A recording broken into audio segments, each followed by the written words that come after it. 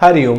इससे पहले की वीडियो में मैंने आपका परिचय विभिन्न रेखाओं से करवाया था और मैंने आपको बताया था कि रेखाओं का वर्ण कैसा होता है और देखने में रेखाएं किस प्रकार की मुख्यतः दिखाई देती हैं, हाथों में वो किस रंग की दिखाई देती हैं, इसके बारे में हमने चर्चा की थी।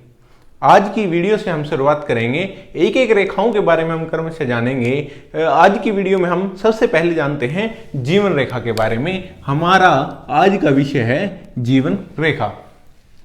जीवन रेखा को विभिन्न नामों से जाना जाता है।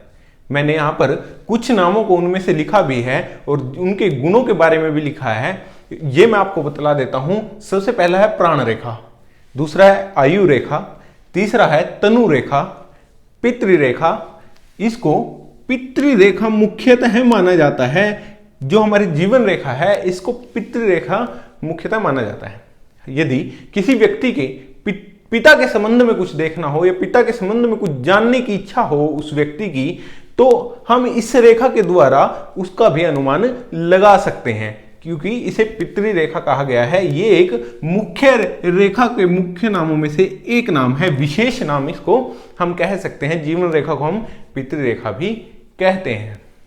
तो दूसरी एक और है गोत्र रेखा, कर्म रेखा, शक्ति रेखा। इन सब नामों से सिद्ध होता है कि ऐसे ही नामों से इसके कर्म के अनुसार, मतलब कि व्यक्ति के रेखा के अनुसार हम इन सब चीजों को देख सकते हैं, क्योंकि इनके नाम शक्ति, कर्म, गोत्र, तो मतलब इन चीजों से हम उसको शक्ति को देख सकते हैं, कर्म देख सकते हैं, व्यक्ति की आयु देख सकते हैं। प्राण रेखा है, इसका मतलब उसके जीवन के प्राण के संबंध में जो विषय होते हैं, जो आयु के संबंध में विषय होते हैं, इसका विश्लेषण बहुत जरूरी हो जाता है कि हम जीवन रेखा को पूर्णतः समझ लें, उसके बाद ही अन्य विषय पर बात करें। तो इसके गुण होते हैं आयु, शारीरिक बल, स्वास्थ्य, प्रगति, नैतिकता, परंपराएं। ऐसे व्यक्ति का स्वास्थ्य कैसा रहेगा, ऐसे व्यक्ति शरीर में कितना बली है, आयु उस व्यक्ति की कितनी है, इन सब विषयों से को हम जीवन रेखा से जान सकते हैं। जीवन रेखा के और भी बहुत से नाम हैं, जैसे सगुण रेखा, विगड़ रेखा, गोरी रेखा, और ये हमारे भारतीय मूल के नाम हैं। मतलब जो भारतीय समुद्रिक शास्त्र समुद्री शास्त्री जो हैं वो मानते हैं, इस प्रकार के नाम हैं जो मैंने यहाँ पर नहीं दर्शाए हैं। नाम कोई भी ले, रेखा का कोई भी नाम हम पुकार सकते हैं, मतलब नाम है, लेकिन फलों में उससे कोई फर्क नहीं आता। जो रेखा के फल होते हैं वो केवल रेखा के गुणों को देखकर, रेखाओं के प्रकार को देखकर ही निर्धारित होते हैं। नाम चाहे कुछ भी हो, परंतु उसके गुण, उसके अवगुण, उसके दोष, उसके दोष न होना, दोष रहित होना, स्वस्थ रहना या अस्वस्थ रहना, व्यक्ति की जीवन कम रहना या जीवन अधिक रहना, उस रेखा की स्थिति पर निर्भर करता है। तो हम सबसे पहले जान लेते हैं जीवन रेखा के बारे में। जीवन रेखा जो तर्जनी अंगुली है, इसके नीचे जो गुरु पर्वत है, तर्जनी अंगुली का जो उद्गम स्थल है और अंगूठे का जो उद्गम स्थल है, इसको 50% हिस्से में बांट लें, बिल्कुल बीच से और मणिबंध तक लेकर जाएं, तो यह जीवन रेखा मानी जाती है। इसे हम जीवन रेखा, प्राण रेखा, पितृरेखा इसे हम कहते हैं, जो इस प्रकार से हाथ में हमें दिखाई देती है, बिल्कुल अंगूठे के उद्गम और उंगली के उद्गम स्थल के बिल्कुल बीच में से जो आए, जो 50% के हिस्से से चलकर आए। तो अब हम इसके फलों के बारे में बात करते हैं। यदि यह रेखा चलकर सीधी नीचे जो केतु पर्वत यहां पर होता है, केतु पर्वत तक आए, तो यह इस रेखा की बहुत अधिक शुभ स्थिति है। तो ऐसे व्यक्ति को हम कह सकते हैं कि व्यक्ति 100 साल तक जीवित रहेगा और व्यक्ति का जीवन मोक्ष पूर्ण रहेगा, क्योंकि केतु पर्वत है, मैंने जब केतु पर्वत के बारे में आपको बताया था तो मैंने इसके कारक, इसके गुणों के बारे में बताया था। इसके बारे में मैंने बताया था कि ये मोक्ष कारक भी है। इसी कारण से कहते हैं यदि सब कुछ ठीक हो, जीवन रेखा केतु पर्वत तक जा रही हो, बिल्कुल सुस्पष्ट जीवन रेखा, सामान्य जीवन रेखा हो, तो ऐसी स्थिति में व्यक्ति को मोक्ष की प्राप्ति होती है और व्यक्ति 100 साल की उम्र तक जीता है। यदि यह रेखा जो इसका आरंभ स्थान है वहां पर सीधी यहां पर जो पॉइंट से जुड़ी ना हो और यहां से घूमकर गुरु पर्वत की ओर चली गई हो, यहां पर कटी ना हो, मतलब कि एक दूसरी रेखा जो ऊपर से आ रही है इससे पूर्णतः इस प्रकार से मिली हुई दिखाई पड़े, गोलाई ली हुई दिखाई पड़े, एकदम वी शेप ना हो, मतलब आपस में जुड़ी हुई हो, दूर दूर ना हो। तो ऐसी स्थिति में व्यक्ति की उम्र, व्यक्ति की जो लाइफ होती है वो बढ़ जाती है। ऐसा व्यक्ति सदाचारी होता है, ऐसा व्यक्ति गुणवान होता है, ऐसा व्यक्ति ज्ञानी होता है, ऐसा व्यक्ति भक्त होता है, ऐसा व्यक्ति धर्म को मानने वाला होता है, वो जीवन भर अपने धार्मिक कार्य करता है, सबको साथ लेने के कार्य करता है। ऐसे व्यक्ति के आदर्श होते हैं। ऐसा व्यक्ति बहुत आदरणीय भी हो जाता है यदि अन्य स्थितियां हाथ की सही दिखाई पड़े। लेकिन हमें देखना होगा कि यह जीवन रेखा यदि यहां से शुरू होकर और ये रेखा अगर अलग से हो, मतलब मिली ना हो, तो यह जीवन रेखा का एक अंग नहीं है, यह एक शाखा है जो अलग से निकल गई है, जीवन रेखा का अंग नहीं है। कई बार जीवन रेखा यहां से घूमकर शनि पर्वत की ओर जाती हुई दिखाई पड़ती है। शनि पर्वत की ओर जाने का मतलब है कि ऐसा व्यक्ति धनी रहेगा, व्यक्ति अपना जीवन धनी व्यतीत करेगा। ऐसे व्यक्ति को मान सम्मान का इतना फर्क नहीं पड़ता, परंतु ऐसे व्यक्ति को धन सर्वोपरि होता है, ऐसे व्यक्ति को धन बहुत अधिक प्रिय होता है, और ऐसे व्यक्ति के पास धन होता भी है जिनकी रेखा शनि पर्वत से आकर और केतु पर्वत तक जा रही हो। तो ये फल कब से शुरू होंगे? जब ऐसे व्यक्ति के फल जब से शुरू होंगे, वो धनवान तब होगा जब वो अपने जीवन के मूल स्थान जहां से जीवन रेखा आरंभ होती है, मैंने आपको बताया अंगुली और अंगुष्ठ के जो बीच के 50% हिस्से से जो निकलकर रेखा आती है, यहां पर आकर व्यक्ति को धनवान होना शुरू होगा। इसके बारे में हमें आयु की गणना करनी होगी। मैं रेखाओं के बाद आपको आयु की गणना करना भी बताऊंगा, परंतु ये समझ लीजिए ये व्यक्ति जब तक यहां है, ऐसा नहीं है कि उसके पास भाग्य नहीं है, ऐसे व्यक्ति के पास भाग्य है, परंतु वो धनी हो जाएगा, बहुत अधिक धनी हो जाएगा कब? जब रेखा यहां तक, अपनी उम्र में वो व्यक्ति यहां तक आ जाए, उसके बाद वो व्यक्ति सफल व्यक्ति हो जाएगा, उसके पास धन की कोई कमी नहीं रहेगी, वो व्यक्ति पूरा जीवन अपना धन के साथ व्यतीत करेगा, धन की कमी उस व्यक्ति को नहीं रहेगी। ऐसी रेखाएं सामान्यतः देखने में मिल जाती हैं, परंतु ये रेयर हो जाता है। गुरु पर्वत से निकलने वाली बहुत देखी जा सकती हैं, परंतु ऐसा मुश्किल हो जाता है कि रेखा सूर्य पर्वत से निकली हुई दिखाई पड़े, सूर्य पर्वत से निकली हुई दिखाई दे।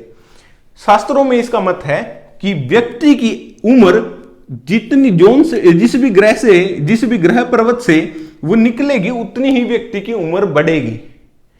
तो ऐसे व्यक्ति की प्रतिष्ठा, मान अधिक होगा, परंतु कब? जब वो इस स्थान तक पहुंचेगा, यानी कि अपने लाइफ का बहुत बड़ा हिस्सा वो जी लेगा, तो उसकी क्या मान और क्या सम्मान की बात उसके लिए रह जाएगी जब वो इतना लंबी लाइफ को बिना मान सम्मान के जी ले। तो ऐसे रेखाएं देखने में बहुत मुश्किल होती हैं, देखना मुश्किल है कि ऐसी रेखाएं किसी के हाथ में नहीं मिलती, परंतु शास्त्रों का मत है, इसलिए मैंने आपको बताया।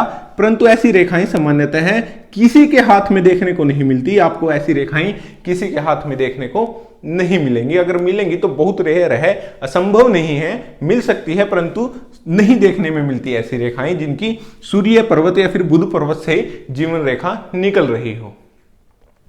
तो जीवन रेखा का यहां पर मिला होना भी अति आवश्यक है।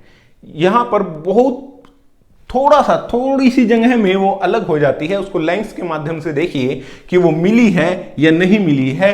पहले निश्चित कर लीजिए कि वो रेखा जीवन रेखा से मिली है, एक अन्य रेखा है, उसके बाद ही उसका फल करना उचित होता है।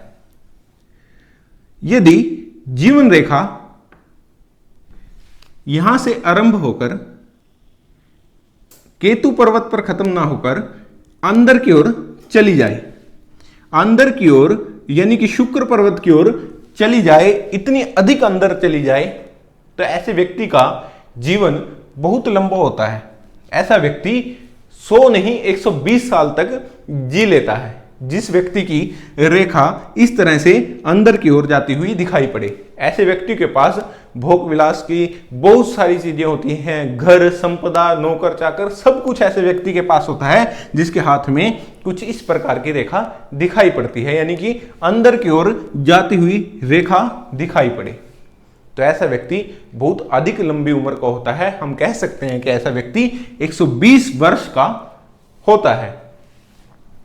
यदि ये भी एक रूप बना ले, यदि जीवन रेखा केतु पर्वत पर समाप्त हो रही है या फिर अन्य अंदर की ओर जा रही है, परंतु वो 100 वर्ष की आयु के अंदर ही है या फिर उससे थोड़ी लंबी है, और उसमें से एक शाखा निकलकर, मैं यहां पर अब शाखा की बात कर रहा हूं, ये जीवन रेखा नहीं है, जीवन रेखा में से निकली हुई एक शाखा है जो गुरु पर्वत की ओर जा रही है।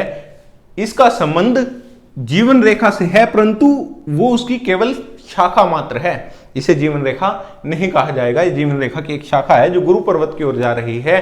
तो जब व्यक्ति अपनी उम्र के इस पड़ाव पर आएगा, तब ऐसे व्यक्ति की आस्था भगवान के प्रति बहुत अधिक होगी। ऐसा व्यक्ति धर्म को जानने वाला व्यक्ति, धर्म का अनुसरण करने वाला, अपने शास्त्रों को पढ़ने वाला और दूसरों को पढ़ाने वाला, अच्छा शिक्षक, अच्छा ज्ञानी व्यक्ति ऐसे होते हैं जिनके हाथ में से एक शाखा निकलकर, जीवन रेखा में से एक शाखा निकलकर गुरु पर्वत की ओर चली जाए। यदि किसी व्यक्ति के हाथ में जीवन रेखा से एक शाखा शनि पर्वत की ओर जाती हुई दिखाई पड़े, जीवन रेखा से एक शाखा, अब गुरु पर्वत की यहां पर हम बात नहीं कर रहे हैं, गुरु की शाखा को हम यहां से साफ कर देते हैं ताकि आपको समझने में आसानी हो। तो एक शाखा निकलकर शनि पर्वत की ओर चली गई है। तो ऐसी स्थिति में व्यक्ति बहुत भाग्यवान होगा। ऐसे व्यक्ति के पास बहुत अधिक धन होगा, नौकर चाकर होंगे, घर होगा, सुख संपदा होगी, जिसकी एक शाखा निकलकर शनि पर्वत की ओर चली जाए। मान सम्मान को ऐसे व्यक्ति से कोई लेना देना नहीं होता। ऐसे व्यक्ति को केवल और केवल धन प्रिय होता है। धन इनके लिए सब कुछ होता है। मान सम्मान मिल जाए तो ये सोने में सुहागा वाली बात हो जाती है। वो हाथ के अन्य स्थितियों पर निर्भर करता है कि वो क्या होगा। परंतु अब हम एक स्थिति के बारे में बात कर रहे हैं। जब हम सबको मिलाकर बात करेंगे तो भविष्य कथन में बहुत सहजता आ जाएगी और हम आराम से समझ पाएंगे कि व्यक्ति किस प्रकार का है। तो ये शनि पर्वत की ओर जाए तो ऐसा व्यक्ति बहुत भाग्यवान होता है। धन संपदा ऐसे व्यक्ति के पास होती है, गाड़ी, नौकर चाकर होते हैं, लोगों का बिजनेस बहुत अच्छा इन लोगों का चलता है। यदि एक रेखा जीवन रेखा में से निकलकर सूर्य पर्वत की ओर चली जाए तो ऐसे व्यक्ति का जीवन भर मान सम्मान बहुत अच्छा रहता है। ऐसे व्यक्ति का अपने समाज में लोग ऐसे व्यक्ति को बहुत अधिक पूछते हैं। ऐसा व्यक्ति IPS IAS भी हो सकता है। ऐसा व्यक्ति अच्छा राजनीति व्यक्ति भी होता है, राजनीति अच्छी करने वाला व्यक्ति होता है। और साथ में यदि एक रेखा गुरु पर्वत की ओर जाती हुई भी देखे तो ऐसे व्यक्ति की राजनीति स्वच्छ एवं अच्छी राजनीति होती है, सबको साथ लेके चलने वाली राजनीति होती है। यदि ऐसा व्यक्ति IPS IAS ऑफिसर है तो बहुत ईमानदार व्यक्ति आपको मिलेगा, जिसकी एक रेखा गुरु पर्वत के साथ भी जाती हुई दिखे। यदि जीवन रेखा में से एक रेखा निकलकर बुध रेखा की ओर चली जाए, यानी कि बुध पर्वत की ओर चली जाए, जीवन रेखा में से एक शाख निकली है, एक रेखा निकली है, एक शाखा है जो बुध पर्वत की ओर चली गई है, तो ऐसा व्यक्ति बहुत अच्छा बिजनेसमैन होता है। ऐसे व्यक्ति का बिजनेस बहुत अधिक सेटल होता है। ऐसे व्यक्ति की वाणी बहुत अधिक अच्छी होती है। ऐसा व्यक्ति वकील भी हो सकता है। ऐसा व्यक्ति करियाने का काम करने वाला व्यक्ति भी हो सकता है। यानी कि बुध से संबंधित जो कार्य हैं ऐसे व्यक्ति के बहुत अच्छे रहते हैं, जिसकी एक जीवन में से शाखा निकलकर बुध पर्वत की ओर चली जाए। तो मैंने आज आपको रेखाओं के नाम और रेखाओं में से शाख निकलने के बारे में बताया। इसी प्रकार हम जीवन रेखा के बारे में आगे आने वाली वीडियो में बात करते रहेंगे। मिलते हैं किसी ऐसी वीडियो में, तब तक के लिए हरिओम।